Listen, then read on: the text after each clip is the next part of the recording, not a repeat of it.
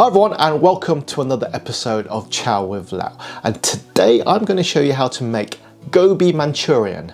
Now Gobi is the Hindi word for cauliflower, and if you're wondering why this is relevant to my channel, stick around and I'll explain in a little bit. There you go guys, this is our gobi or cauliflower, and it's only recently that I found out that there is such a thing as Manchurian cooking, which is India's way of adapting Chinese recipes for their palate, which is really interesting because I'd never heard of that before. This intrigues me, I've never made it before, so join me on my first journey into Manchurian cooking. So the first thing we need to do is take apart our cauliflower, just basically gonna cut it into florets.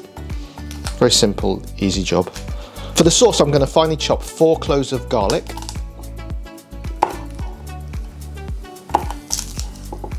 I'm also going to finely chop up a thumb-sized piece of ginger, with skin on, of course.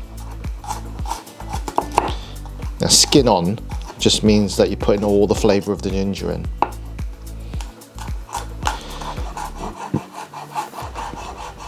I'm also going to slice up a chilli.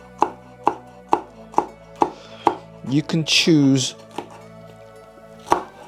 the type of chili you want according to your resistance to heat, so to speak, how hot you want it. If you want a really hot chili, go for it.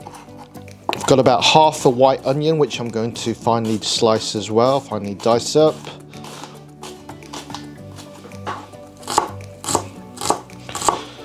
Got half a yellow pepper here, whatever bell pepper you have to hand or whatever you fancy, that's great. I'm going to get rid of the these bits here. I don't know what the technical name for this bit, but it's not the most edible part. You can eat it, but it's not very pleasant. It's just fibrous. I'm just going to again just slice it up fairly finely because it's going in the sauce. You can do it chunky if you want.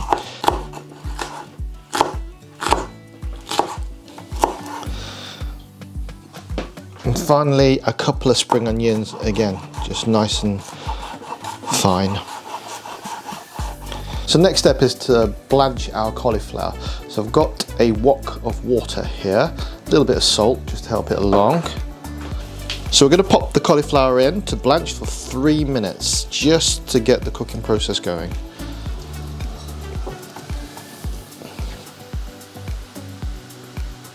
After 3 minutes, fish out your cauliflower and we can start to prepare our crispy coating batter thingamajig. So that the crispy coating stays crispy on your cauliflower, it's best to dry your cauliflower as best as possible. Just drain it and make sure you put it on some kitchen roll or something like that to take out all the excess moisture before we go on to the next stage. To make our crispy coating batter, I'm going to add to this big mixing bowl 100 grams of plain flour, 50 grams of corn flour or cornstarch, same thing, 1 teaspoon of chili powder, good pinch of salt, a good grind of freshly ground black pepper, and some water. Now I'm not going to specify quantity. What I'm going to do is just gradually add little by little until we get a nice thick but smooth batter. I'm going to go in with my hands just so I can actually feel my way through this. Once you've done this, you'll understand. Once you've done this by hand, you'll get it, and if you see the consistency of my batter, I'll show you, and then you can get yours pretty much the same. It needs to be smooth and thick, not runny, but not so thick that you can't actually put your cauliflower into it.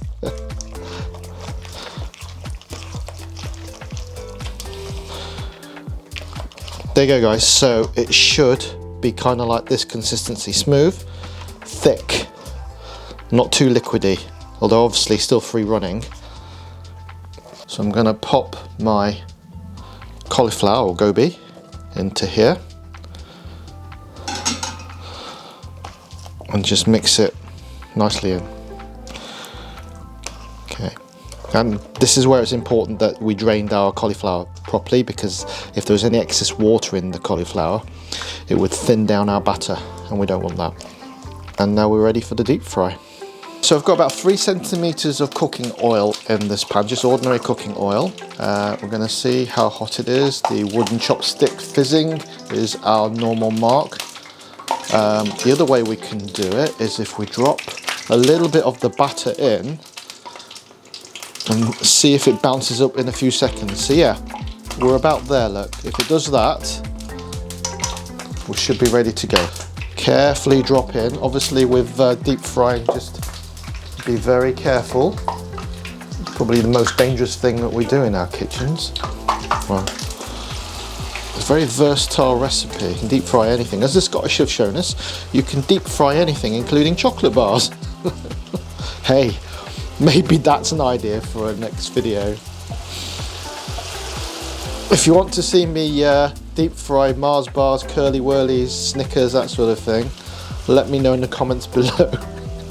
Right, so now they're lightly golden brown, they're about done. This has taken me about 5 minutes to get to the stage. You can hear they are nice and crisp just from giving it a tap.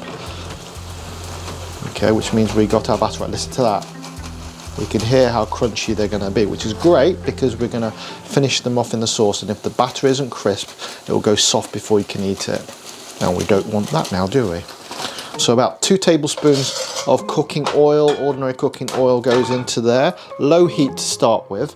What I'm going to do is add my chopped up ginger, garlic and chilli all into there. We don't want it too hot because we don't want to burn the garlic. We just want to release all the aromatics from this classic flavour combination.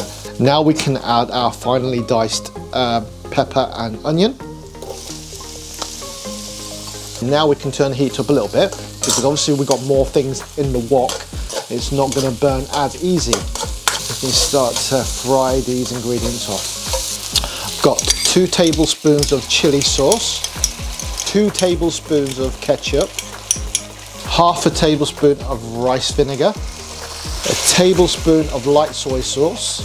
Let's give that a mix. 2 teaspoons of sugar, a pinch of salt, a pinch of black cracked pepper, or cracked black pepper. Okay, look at that. So that's our base for the sauce. Now all we need to do is add a little water. Now what I'm going to do is just, again, not giving you exact measurements for this bit, just add a little until you get it to the consistency that suits you. And then you can judge it to exactly what you want. I want it to kind of coat the gobi, the cauliflower, not to have it drenched in sauce, because then the cauliflower is going to stay nice and crisp. So that's bubbling away. I'm going to add my gobi, my cauliflower, straight in like so.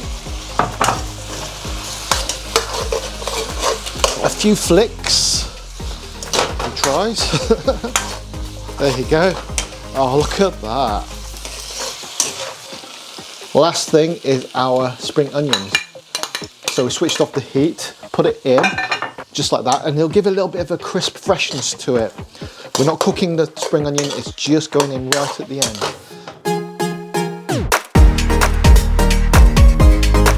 There you go, guys. Gobi Manchurian. Hot stuff. Wowzers. The batter is light and crispy. There's a kick from those chilies and sweetness from the sugar, a little bit of sharpness from the vinegar, the soy sauce. It's all blended really subtly and nicely. But my biggest takeaway from this is, who knew that cauliflower could taste so good?